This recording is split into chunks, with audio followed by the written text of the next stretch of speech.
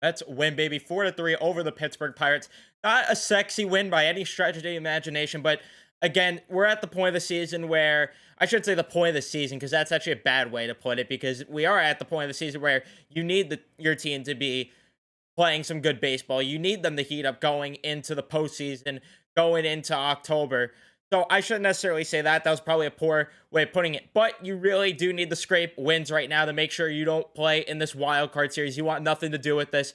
So I will take the win. However, there are a lot of things that I did not like. I thought that they left a lot of guys on base. They didn't come through with timely hits. They didn't hit the ball enough. And quite frankly, they benefited off of some horrendous defense. The Pittsburgh Pirates actually suck that much that you could argue they are the reason that the Mets won this game. The Pirates kind of shot themselves in the foot with this one, whether it's not being able to catch a fly ball, whether it's overthrowing to on a pickoff move, whether it's just booting a baseball, whatever it is, the Pirates couldn't do it, and it really benefited the Mets in this one. We're gonna talk about it more in depth though. Before we do, be sure to leave a like on the video if you do enjoy. Subscribe if you guys are new, especially if you're Met fans. Turn on your notifications too so you know when I upload next. But Taiwan Walker pitching versus the Pirates, it gives you a little PTSD, but spoiler alert, he had actually a very good start. But in terms of this one, first inning, no, neither side got things going offensively. Same with the second. Walker, though, with 2 strikeouts in that. So not a lot going on until the third inning when Escobar walked and Tomas Nido with an RBI single to drive him in. This one did not look like it had any chance to be a RBI here, but Escobar, he kind of hesitated a bit at third, but then ends up running. He's hyperventilating in the dugout after. Makes it 1-0 though. And yeah, thank God that he did because that definitely made the difference in the game for sure. Fourth inning, Walker still cruising along. Allowed us his first hit of the game in the fourth though. But overall, I mean, it was going to happen, right? Bottom of the fourth, Vogelback with a home run to center, and that made it a 2-0 game. Vogelback actually hitting the baseball again, which is something that we really, really need. We need the DH spot to be productive because, as we've known, pretty much all season long, except for those 2 weeks after the deadline, it has been just a nightmare when it comes to the DH. And it's just funny, again, that there was a time where we thought that this Mets team would benefit from a DH the most. And here we are begging for just anything here. And top of the fifth, Walker unfortunately allows some runs as Cabrian Hayes gets on from an error. Cal Mitchell then with a single, and Michael Chavis drives the run in with an RBI single to make it 2-1. So very unfortunate there. Bottom of the fifth, Mets can't add on a run. And then the sixth inning, Walker cruises through that, and the Mets get some things going. Brandon Nimmo with a single. Then you have Lindor get on base, and McNeil striking out. Alonso then with a sac fly to make it 3-1.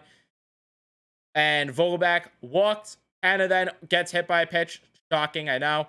And yeah, that made it 3-1. Again, a kind of a product there of bad defense, which if you thought the defense was bad there, oh, we'll get to the bottom of the seventh when Eduardo Escobar gets a double. And then Nito gets on because of a booted baseball there by O'Neal Cruz.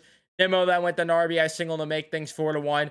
And Lindor gets out. And I don't know what he was doing running the bases here, but he gets caught, picked off there because he got on base, but ended up having the force out there at second. So yeah, McNeil then strikes out to end the inning. Eighth inning, O'Neal Cruz ends up getting a 2-run home run to tie this one. Just crushes this one in the center. Absolutely unreal. O'Neal Cruz is just at the plate, at least defensively, not really the best, but at the plate, my God, this guy, the way the ball comes off the bat there, ridiculous. And then Diaz has to come in to this game, and he cruises through the last 2 batters of the inning. Mets can't add a run in the 8th inning. And then top of the ninth, he walks Gamble on 4 pitches, and then gets the last 2 outs very easily because he ended up getting thrown out there at second by Tomas Nido. Had to review the play, but the Mets win this one. Again, not necessarily happy with how much they had to rely on some poor defense, but in terms of the pitching, Taiwan Walker, unreal. Unreal. 7 1/3, 5 hits allowed, 2 earned runs, no walks on the day, 5 strikeouts. Great day for Taiwan Walker, giving you some nice length. You didn't have to use much of your bullpen at all. So I'm very happy with what we saw from Taiwan Walker. I think that maybe they shouldn't have given him Buck shouldn't have gave him that last battery with O'Neal Cruz going to the top of the lineup again. But at the end of the day, it didn't matter. But I don't know if I agreed with that decision, if I'm being honest. I don't know if I agreed with that. But again, didn't matter. Very happy with what I saw from Taijuan Walker. Only 5 strikeouts, but it doesn't show how great he pitched. He pitched a great game. Diaz in an inning and 2/3, 2 strikeouts, allowed the only walk of the game, but he still pitched absolutely unreal. And it's been tough for Diaz. You've only pitched a couple times within the past 2 weeks. No save opportunities either. I mean, it's ridiculous to see the year that he's having, but then he just racked his 30th save up of the year. And he's having a better year than he did in Seattle when he had those 57 saves. So it sucks. Sucks. I'd like to see the save numbers go up to a degree, because I mean, if the Mets are blowing the doors off of teams, then yeah, that's fine. But it sucks because they've been getting blown out at times too here. Nimmo, a much better day is what I want to say. And I combine the two words. Much better day at the plate, going 2 for 4 with an RBI. Struck out once. Very happy with what I saw from Brandon Nimmo. A lot better, like I said, of a performance there. Hopefully he could get back on track. We need him to produce in the leadoff spot. Lindor going 1 for 4. Solid day for him at the plate. A little bit disappointed with his base running today, but overall, I mean, it didn't matter. Jeff McNeil going 0 for 4, striking out twice. Yeah, kind of a rough day there for McNeil. Interesting to see what might happen there in the lineup, because I think he went 0 for yesterday, or he might have got 1 hit, but he's been struggling a bit at times. He's been kind of streaky this year. He'll go on streaks where you cannot get this guy out, and then he goes on streaks where he is literally not even touching the baseball at all, not even making contact. So, yeah, for McNeil, going to be interesting to see what happens there. Alonso went 0 for 3, and he struck out once. Not a great day for Pete either. Vogelback 1 for 2 on the day with 2 walks and, of course, an RBI, that being that home run. Very good day for Vogelback. Really happy that he's starting to get back into a rhythm here. That's what we need. Kind of 0 for 3. He's having a bit of a rough stretch lately. I won't lie. Canada's having a bit of a rough stretch. We'll see if that could turn around, but just something to keep an eye on, that maybe he's starting to cool off a bit.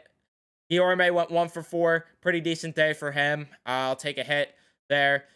Escobar 1 for 4 as well. Happy with his hustle there to get that RBI there. Very happy with that. And Tomas Nido with that RBI. Stingle going 1 for 3 on the day. Very happy with that. Only 7 hits on the day. Would have liked to have seen a bit more production offensively, like I said, especially when you look at who you're facing, the Pittsburgh Pirates. I feel like you got to take advantage of that, and you got to start hitting the baseball better. But at the end of the day, again, that's nitpicking, and I'm just satisfied with the win, because they really need it, especially because now the Phillies are choking this game against the Braves, and it's now 3-2 in the bottom of the 8th. Nice, nice. So, yeah, overall, happy with the win. Not necessarily happy with the fashion. Hopefully, they'll get more offense going tomorrow. Bassett versus Wilson. You should be able to smack up on Wilson. He has a 6 ERA on the year. You got to take advantage of that. You got to be all over that. And you absolutely need to play a better game when it comes to the offensive side of things, which what I am hoping for. And then hopefully the Phillies could rally a bit here so we could gain some ground. But overall, I'm not going to complain. Not going to complain with the win, because this team really needed it. And who knows if it starts building on something. Maybe a win streak is built from something like this. So all it takes is one little win even. So who knows? 2-game win streak now. So again, hopefully you could somehow sweep the Pirates here, but we'll have to wait and see if they can. But that is going to be it for me. A bit of a shorter recap. Thank you guys so much for watching. If you did enjoy, leave a like on the video. Subscribe if you guys are new. Turn on your notifications. Up next, and I will see you in the next one. Let's go, Mets.